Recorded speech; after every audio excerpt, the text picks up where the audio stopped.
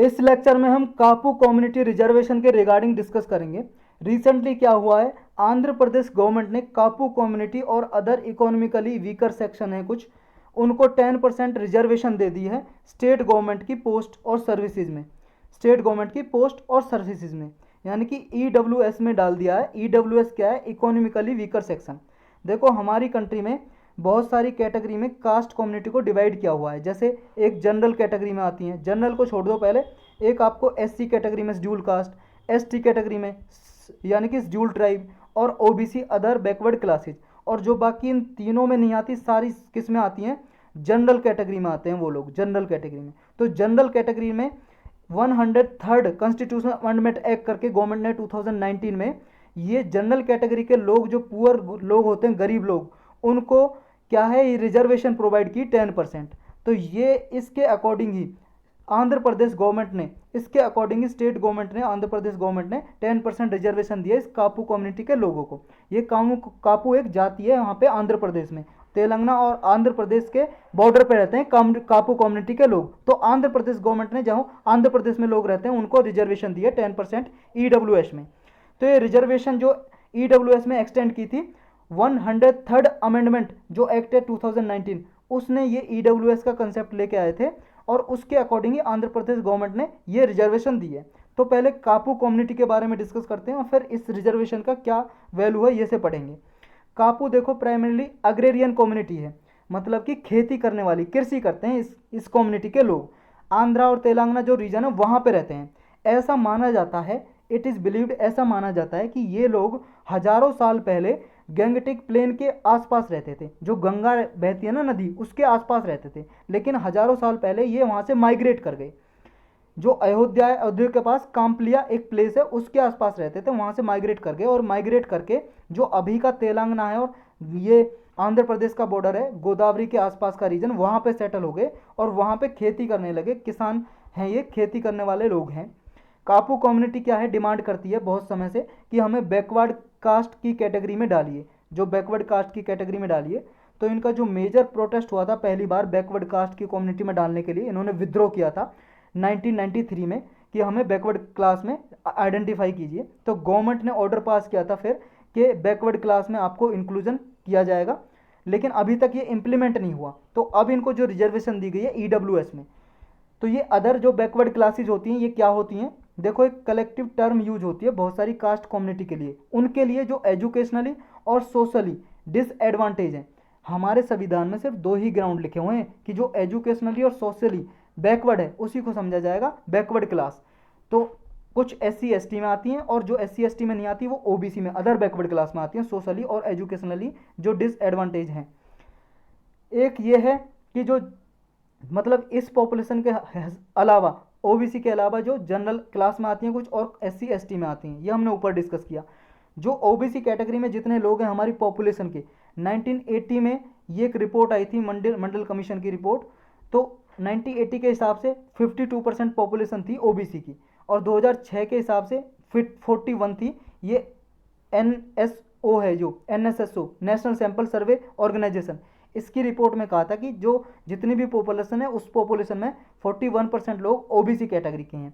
लेकिन ये आई थी पॉपुलेशन के हिसाब से 2006 में, समझे। जो लेकिन ओबीसी को जो दी गई है रिजर्वेशन कितनी दी गई है, 27% दी गई है। टोटल जितनी भी भर्ती निकलेंगी या जो एजुकेशन में जो कॉलेजेस वगैरह, उनमें 27% ओबीसी के लिए रिजर्व होती हैं।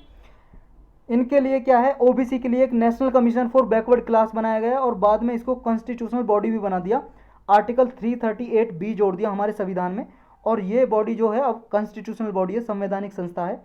Ministry of social justice and empowerment के अंडर काम करता है ये कमीशन, जो किस लिए काम करता है, इनकी भलाई के लिए, ओबीसी कैटेगरी के वेलफेयर के लिए। अब ईडब्ल्यूएस की जो रिजर्वेशन के लिए गाइडलाइंस क्या है, क्या जनरल कैटेगरी के सभी लोगों को दी जाती है, नहीं, गरीब लोगों को। और गरीब कैसे आइडेंटिफाई करते हैं, देखो इसमें एससी एसटी ओबीसी जो सोशली एजुकेशनली बैकवर्ड क्लासेज हैं और वो इंक्लूड नहीं है। इनके अलावा जो जनरल कैटेगरी के हैं, जिनकी जो फैमिली इनकम है, एनुअल फैमिली इनकम, मतलब एक साल में उनकी टोटल परिवार की इनकम जो आय है 8 लाख से कम है, तभी उनको ये रिजर्वेशन का बेनिफिट मिलता है। और भी कही है कि उनके पास क्या है, के कुछ एकड़ है उनसे ज़्यादा ज़मीन नहीं होनी चाहिए, और शहर में 1000 एकड़ का प्लॉट नहीं होना चाहिए, ऐसी कुछ कैटेगरीज हैं। इसमें इनकम जो है जो देखी जाती है 8 लाख इनकम, वो सारे सोर्सेज से देखी जाती है कि आपकी जॉब लगी हो उससे कितनी में इनकम है, खेती कर रहे हो एग्रीकल्चर उससे, कोई बिजनेस कर रहे हो या कोई प्रोफेशन कर रहे हो, टोटल सारी इनकम देखी जाती है। 8 लाख से कम होनी चाहिए पर ईयर फैमिली इनकम। और फैमिली में कौन कौन आता है, फैमिली में देखा जाता है कि वो पर्सन जो रिजर्वेशन लेना चाहता है उसके पेरेंट्स, माता पिता, उसकी इनकम देखी जाएगी, उसके सिबलिंग मतलब भाई बहन जो 18 साल से कम के हैं, अगर उसकी शादी हो गई है तो उसका स्पाउस, हस्बैंड या वाइफ कोई भी वो, और उनके अगर बच्चे हो गए तो 18 साल से कम के हैं तो वो, ये देखा जाता है। अगर 18 साल से ऊपर के बच्चे हैं तो वो फैमिली में नहीं आएंगे। जैसे मान लो एक फैमिली में ये 4 बहन भाई हैं, ये पेरेंट्स हैं, ये माता हैं, ये पिता हैं, तो इनके 4 बच्चे हैं 1 2 3 4। इनमें क्या है, ये रिजर्वेशन लेना चाहता है जनरल कैटेगरी का। अब इनमें देखा जाएगा ये क्या है, ये 3 और 4 ये वाले बच्चे हैं, ये 18 साल से ऊपर के हैं, 20 साल के, ये मान लो कमाते हैं, मान लो ये भाई साहब कोई जॉब करते हैं जिनकी इनकम क्या है पर ईयर की 10 लाख है दोनों की, तो इनकी इनकम नहीं काउंट की जाएगी फैमिली इनकम में, क्योंकि इनकी एज क्या है 18 साल से ऊपर है। तो अगर ये रिजर्वेशन लेगा तो ये बच्चा 18 साल से कम का है तो इसकी इनकम देखी जाएगी, खुद की इनकम और माता पिता की इनकम 18 साल से कम तो नहीं है, तो ऐसे काउंट करते हैं। अगर कोई 18 साल से अबव है उसका बच्चा या उसके भाई बहन तो उनकी काउंट नहीं की जाती। अब ये 103 जो कॉन्स्टिट्यूशनल अमेंडमेंट है, इसने क्या क्या चेंजेस किए, इसने एक तो इकोनॉमिक रिजर्वेशन दी, आर्थिक अवस्था के मतलब आर्थिक रिजर्वेशन, एक तरह से आर्थिक कोटा के 10% कोटा दिया जो इकोनॉमिकली वीकर सेक्शन थे। आर्टिकल 15 और 16 में अमेंडमेंट किया, संशोधन किया। आर्टिकल 15 में क्लाउज 6 इंसर्ट कर दिया, जोड़ दिया, और आर्टिकल 16 है जो हमारा अनुच्छेद 16 है हमारे संविधान का, उसमें भी क्लाउज 6 जोड़ दिया। इसमें प्रमोट किया जो पुअर पीपल हैं जनरल कैटेगरी में, जो 50% रिजर्वेशन के दायरे से, मतलब जो 50% रिजर्वेशन तक अलाउड किया है ना अभी सुप्रीम कोर्ट ने बोला है, तो वो अभी कवर हैं। SC ST और सोशली एजुकेशनली बैकवर्ड क्लास हैं जो, वो कवर हैं, तो उनसे अलग ये दी गई है जो पुअर पीपल हैं, जनरल पीपल है, जनरल क्लास के जो जनरल कैटेगरी के लोग हैं उनको। इसमें दोनों सेंट्रल और स्टेट गवर्नमेंट रिजर्वेशन प्रोवाइड कर सकते हैं EWS के जरिए सोसाइटी में। अब इसका स्टेटस क्या है EWS रिजर्वेशन का, देखो एक तो ये 10% रिजर्वेशन ब्रीच करती है 50% की लिमिट। ये जो सुप्रीम कोर्ट है, एक केस आया था 1992 में जिसका फेमस नाम है इंदिरा साहनी केस ऑफ 1992।